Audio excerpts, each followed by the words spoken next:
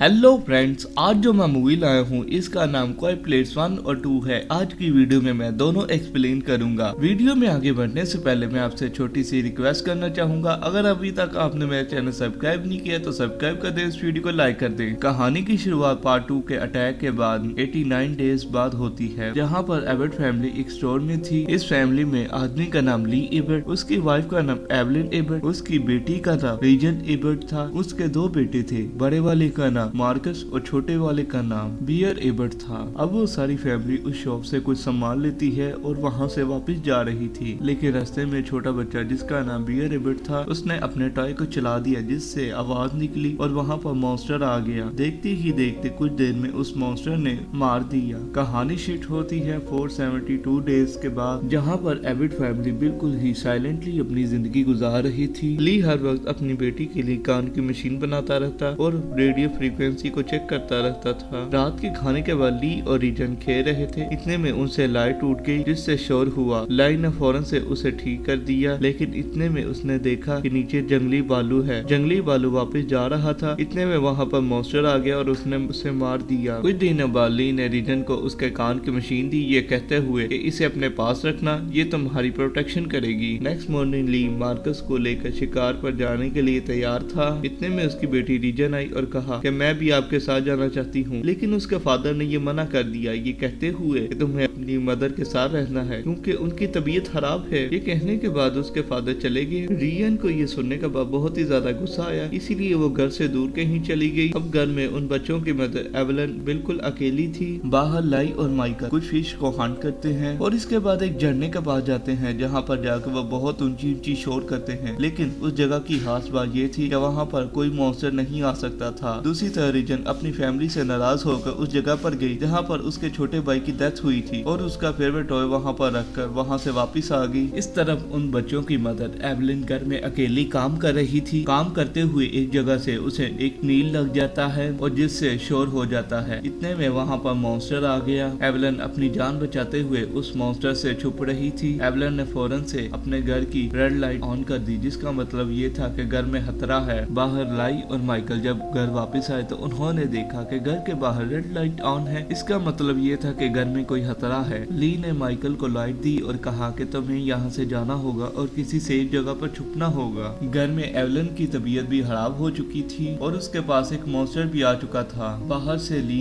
भागते हुए घर की तरफ आ रहा था। इतने में उसने लाइट फायर किए, जिससे मॉन्स्टर लाइट फायर की तरफ जाना शुरू कर देते हैं। घर के करीब लाइट फायर देखकर रीजन भी बहुत ज्यादा परेशान हो गई कि घर में कोई खतरा है, इसलिए वो फौरन घर की तरफ भागना शुरू कर देती है। इस तरह माइकल भागते हुए एक चीज से टकराया और बेहोश हो गया। लाइट जब अपने घर में वापस आया तो उसकी वाइफ ने उसे उसका छोटा बेबी दिया। अब उनके सामने एक और बहुत बड़ी प्रॉब्लम थी कि अब जब भी ये बच्चा रोएगा तो मॉन्स्टर आ जाएगा, इसीलिए वो उसे एक बॉक्स में बंद कर देते हैं ऑक्सीजन सिलेंडर के साथ, ताकि उसकी आवाज बाहर ना निकल सके और खुद भी छुप जाते हैं। ली एवलन से कहता है कि मुझे अपने बच्चों को बचाने के लिए बाहर जाना होगा, इसीलिए वो खुद बाहर चला गया। बाहर मॉन्स्टर ने उसका सारा घर तोड़ दिया था। घर टूटने की वजह से सारा पानी बेसमेंट की तरफ जा रहा था, जहाँ पर एवलन और उसका बच्चा छुपे हुए थे। बाहर वापस आते हुए रीजन को अपना छोटा भाई मिल गया और वो दोनों भागकर एक गोदाम में छुपे, लेकिन कुछ देर में ही वहाँ पर मॉन्स्टर आ गया और उन पर अटैक करने लगा। बाहर उन दोनों बच्चों के फादर ली को भी पता चल गया था कि ये दोनों गोदाम में छुपे हुए हैं और उन पर अटैक हो गया है, इसीलिए वो उन दोनों को बचाने के लिए उस तरफ जा रहा था। अंदर रीजन के पास जब मॉन्स्टर था तो उसके कान से एक ऐसी आवाज निकली जो कि उसे बहुत बुरी लग रही थी और वो उस मॉन्स्टर को भी बहुत बुरी लग रही थी। इस आवाज से मॉन्स्टर की पावर कम हो रही थी और वो मॉन्स्टर उससे दूर भाग गया। मॉन्स्टर के जाने के बाद भी रीजन को अभी भी समझ नहीं आई थी कि ये मशीन क्या है और किस तरह काम करती है। उसे अभी भी लगता था कि ये एक बहुत ही भद्दी सी आवाज निकालती है, जिससे उसे बिल्कुल भी अच्छा नहीं लगता और वो उस मशीन को बंद कर देती है। माइकल और रीजन वहाँ से बाहर निकले। बाहर निकल कर वो दोनों अपने फादर से मिले। घर में उनके मदर एवलन भी ये सब कुछ देख रही थी कि उसके बच्चे उनके फादर को मिल गए हैं। वो भी ये देखकर बहुत ही ज्यादा खुश थी, मगर इतने में ली को मॉन्स्टर की प्रेजेंस महसूस हुई। उसने अपने बच्चों को कार की तरफ भेज दिया और खुद एक एक्स लिया और उस पर अटैक करने के लिए तैयार हो गया। कुछ देर बाद मॉन्स्टर आ गया और उसने ली पर अटैक कर दिया। बच्चों ने देखा कि उनके फादर पर अटैक हो गया है, इसीलिए छोटा बच्चा माइकल बाहर निकला और उसने कार से शोर करना शुरू कर दिया, जिससे वो मॉन्स्टर उन पर अटैक करने के लिए चला गया। रीजन और माइकल को वो मॉन्स्टर मारने ही वाला था कि इतने में उन बच्चों के फादर ली दोबारा से उठे और अपने बच्चों से कहा कि यहाँ से दूर चले जाओ और शोर करने लगे, जिससे वह मॉन्स्टर उन पर अटैक करने के लिए आ गया और उस मॉन्स्टर ने ली को मार दिया। रीजन और माइकल दोनों बचकर घर में वापस आ गए। माइकल को उनकी मदर ने उनका छोटा बेबी दिया और एक जगह पर छुपा दिया। रीजन ने देखा कि उसके फादर ने उन मॉन्स्टर्स और अपनी बेटी पर काफी ज्यादा रिसर्च की हुई थी। एवलन और रीजन दोनों